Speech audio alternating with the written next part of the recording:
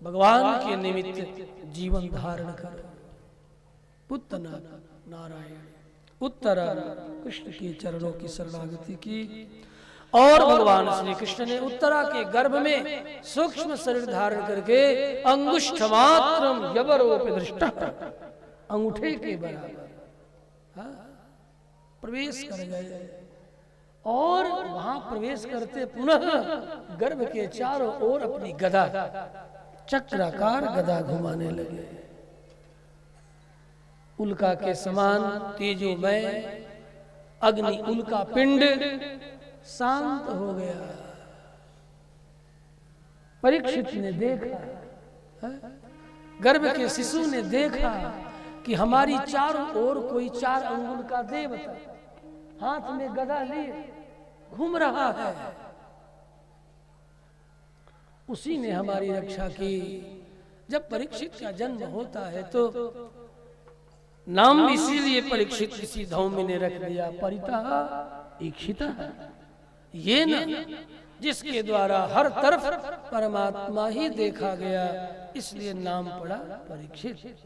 अथवा परितः ईक्षिता परमात्मना, परमात्मा के द्वारा जिसे चारों ओर से देखा गया, इसलिए भी इनका नाम परीक्षित पड़ा।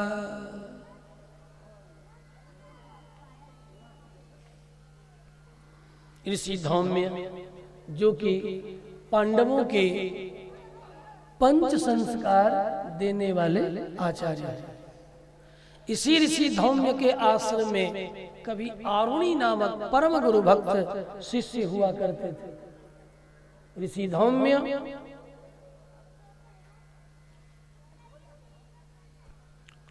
आते हैं और इनका जातकरण संस्कार आदि, जातकरण से लेकर के सारे संस्कार, देखो आध्यात्मिक गुरु और कुल गुरु। यदि आध्यात्मिक गुरु में कुल गुरु में ज्ञान की पूर्ति है तो कुल गुरु भी आध्यात्मिक गुरु हो सकते हैं। यदि उसमें ज्ञान की पूर्ति नहीं है तो स्वेच्छया किसी भी आध्यात्मिक गुरु को वर्ण कर सकता है जीव व्यक्ति, जिसमें ज्ञान की पूर्ति हो, परंपरानुगत ज्ञान की पूर्ति हो, कानिन पुत्रवत नहीं। जैसे किसी लड़की का विवाह के बिना ही बेटा बेटी जन्म ले है तो बेटा बेटी, जन्म का तरीका भी वही है, कोई अंतर नहीं है। 9 माह रह करके जन्म लिया है, लेकिन वह कानिन पुत्र पुत्री है, उसकी प्रतिष्ठा जगत में नहीं है, सृष्टि में उसकी प्रतिष्ठा नहीं है।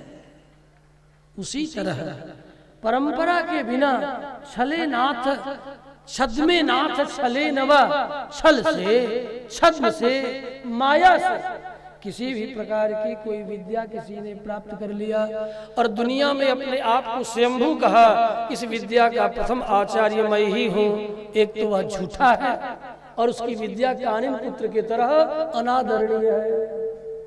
इसलिए हमारे भगवान भी जब जगत में आते हैं तो चेला बनते हैं कि हमारी विद्या कानिन पुत्र के तरह जगत में अप्रतिष्ठित न हो। तभी देखो रामावतार में भी चेला बने और कृष्णावतार में भी चेला बने, बने कि नहीं?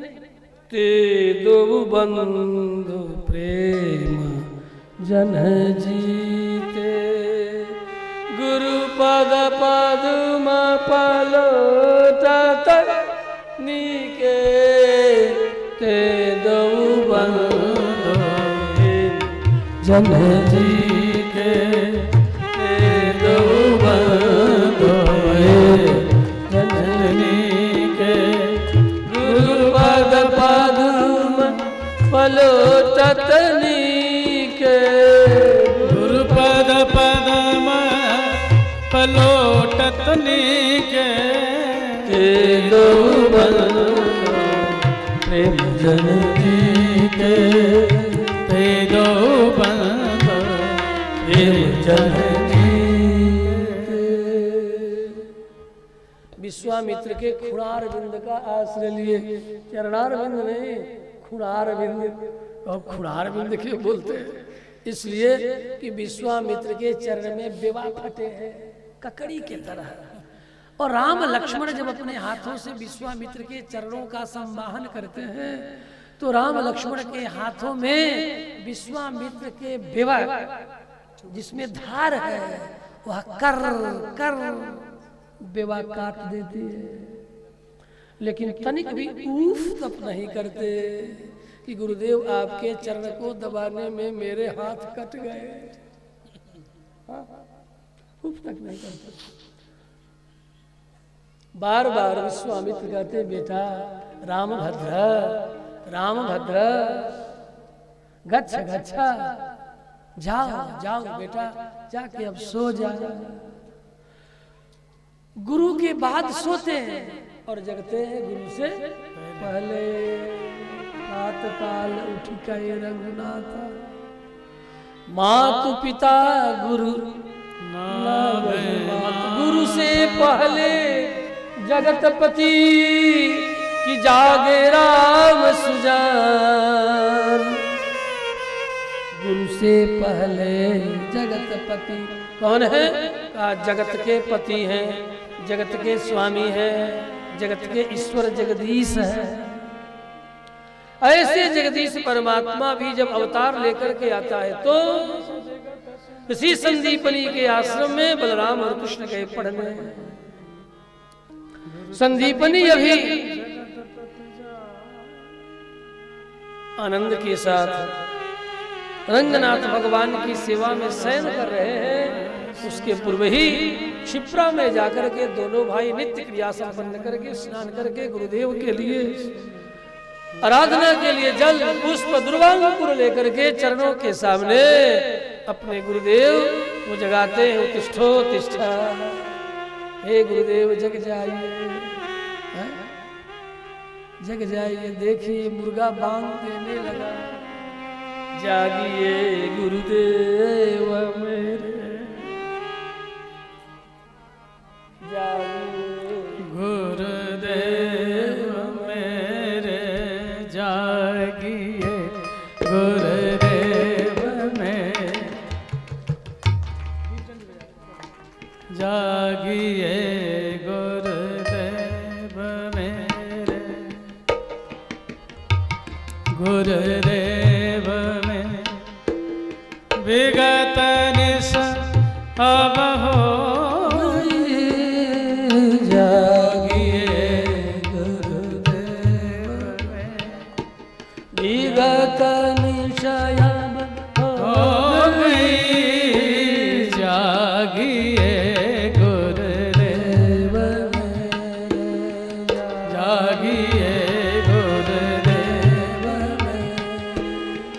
भोर भई अरुण निकसे, भोर भई अरुण निकसे।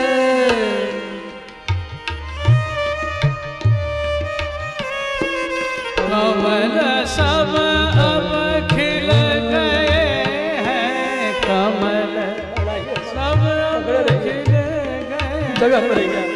जागिए गुरुदेव मेरे, जागिए गुरुदेव मेरे, जागिए गुरुदेव मेरे। जागिए तिष्ठो तिष्ठ कुल पूज्य, तिष्ठो तिष्ठ देव पूज्य। जग जाइए चरणों में जाकर के नमन करते। सकल सोच कर जाए नहाए, सकल सोच कर जाए, सकल सोच कर जाए नहाए।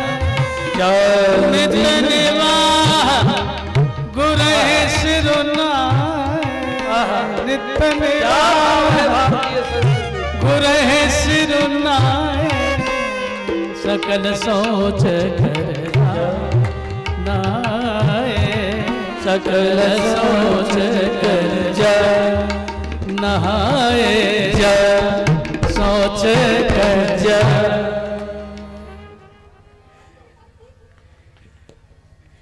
ये है भारतीय संस्कृति का दर्शन। परमात्मा भी आता है तो महात्मा के चरणों में अपने आप को, गुरु के चरणों में अपने आप को समर्पित करता है। अतः पांडवों ने ऋषि धौम्य को बुलाया, गुरुदेव पधारिए। एकमात्र वंशधर शेष बचा है, आप कृपा कीजिए। देखो किंवदंतियों में, अवान्तर ग्रंथों में बहुत सी बातें हैं, मैं उसका स्पर्श नहीं करता, दंत कथाओं का भी स्पर्श नहीं करना चाहता। जो श्रीमद् भागवत का मूल, उसके अनुकूल जो तथ्य हैं, उन्हीं तथ्यों को, नहीं तो यहाँ पर और भी बहुत सी बातों का तामस और राजस पुराणों में वर्णन है, लेकिन भागवत में नहीं है। इसलिए हम परीक्षित जन्म के अवसर पर उन सब बातों का जिक्र अभी नहीं करेंगे। श्री कृष्णचंद्र भगवान की जय। भगवान कृष्ण की कृपा से